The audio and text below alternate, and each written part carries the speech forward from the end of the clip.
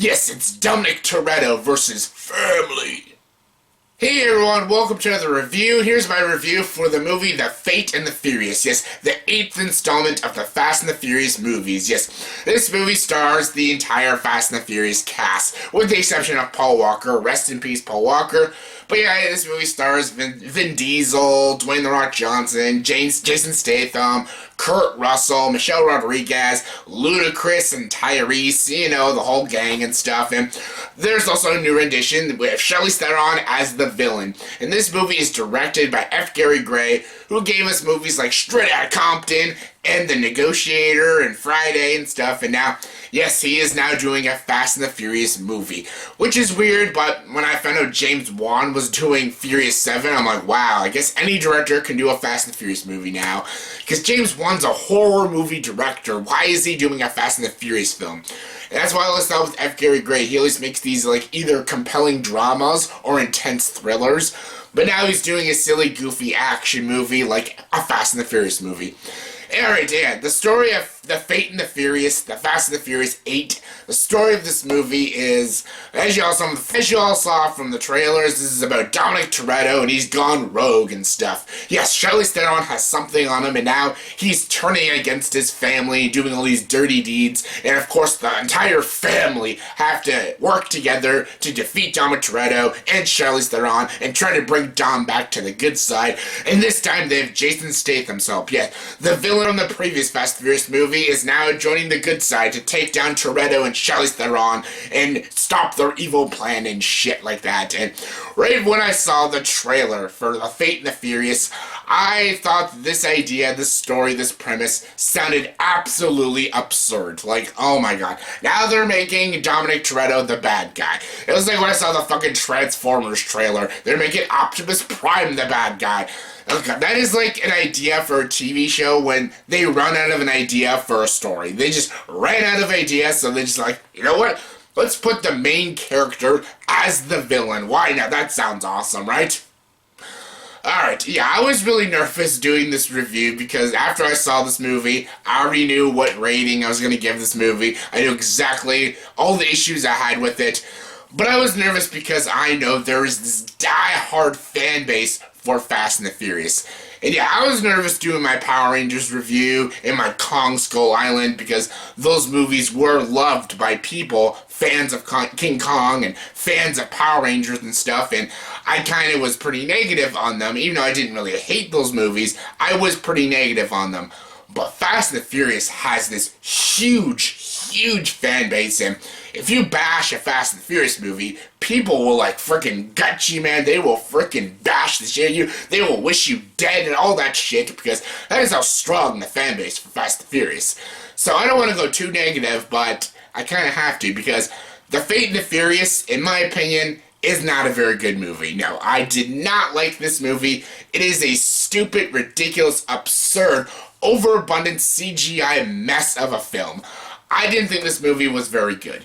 My opinion of the whole franchise isn't really that strong. I only like Fast 5 and Furious 6, and Furious 7 is dumb fun, but it is a really stupid movie. But it is fun at moments. At times, it's very fun to watch.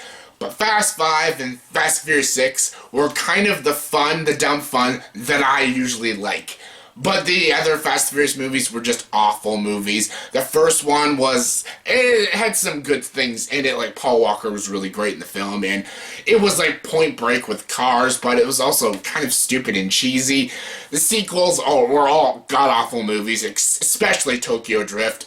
And yeah, they're just these silly, ridiculous movies. With this storyline, this premise, and having Dominic Toretto as the bad guy, this super bad guy, is really dumb. One issue I really have too is Dominic Toretto. I have this issue with the whole franchise.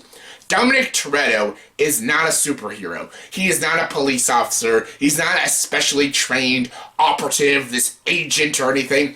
He's just a grease monkey. He is a mechanic. That is all he is. I get he's really jacked and stuff, but he's just a mechanic.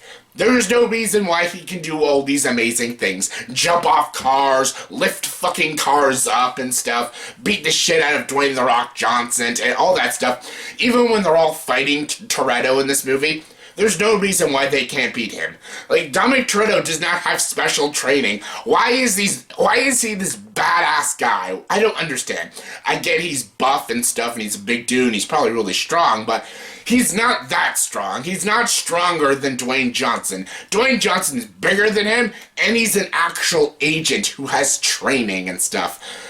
Even Jason Statham is a trained fighter. How does he keep beating these people? He's just a grease monkey. I never understood that in any of these Fast and Furious movies, and I really didn't understand it in this movie. He's not a very smart character, and he's not a very trained character, so I don't know how he can do these impossible things.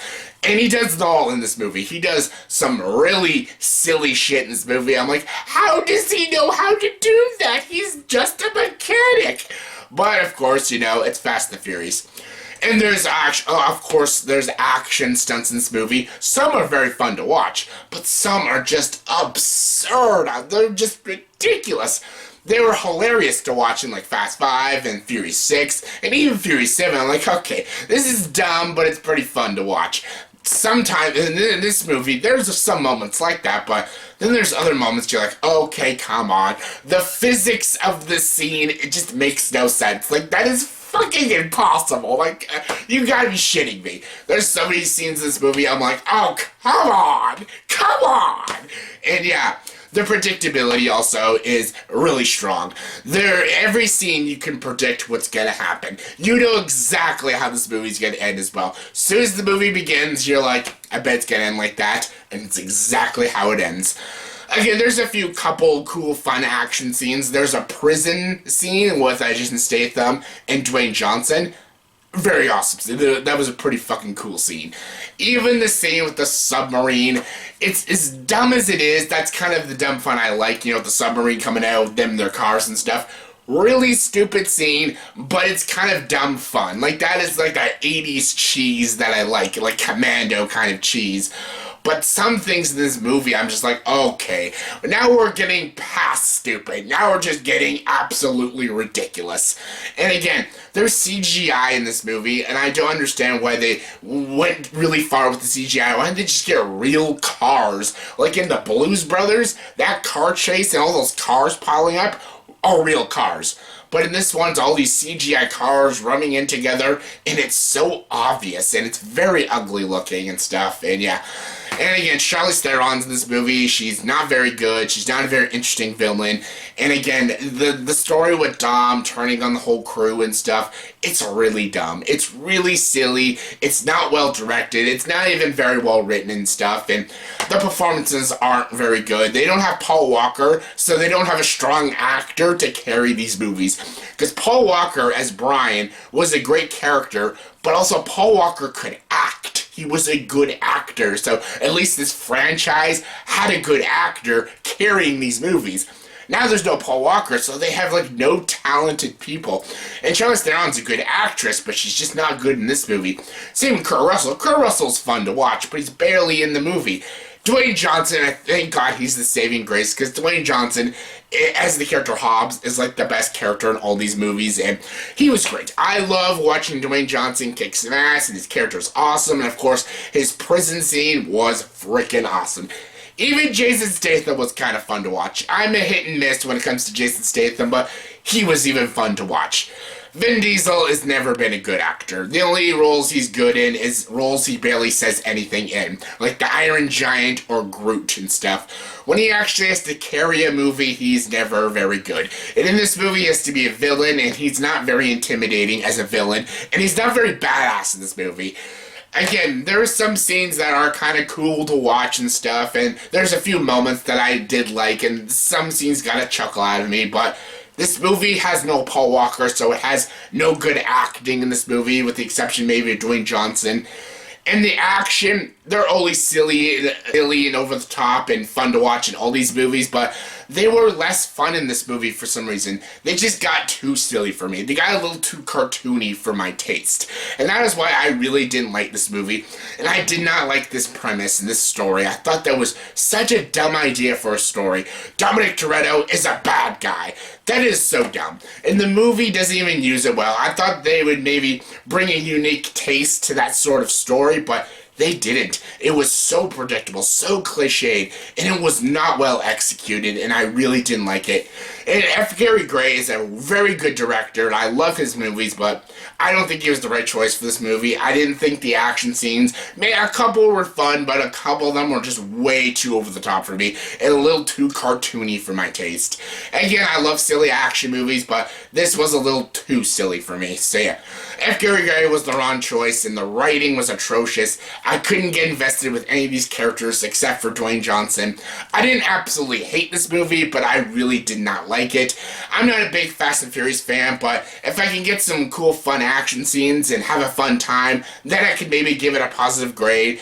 But I didn't really have much of a fun time. I was like slapping my head half the time, like, what am I watching? Why is this happening? Makes no sense.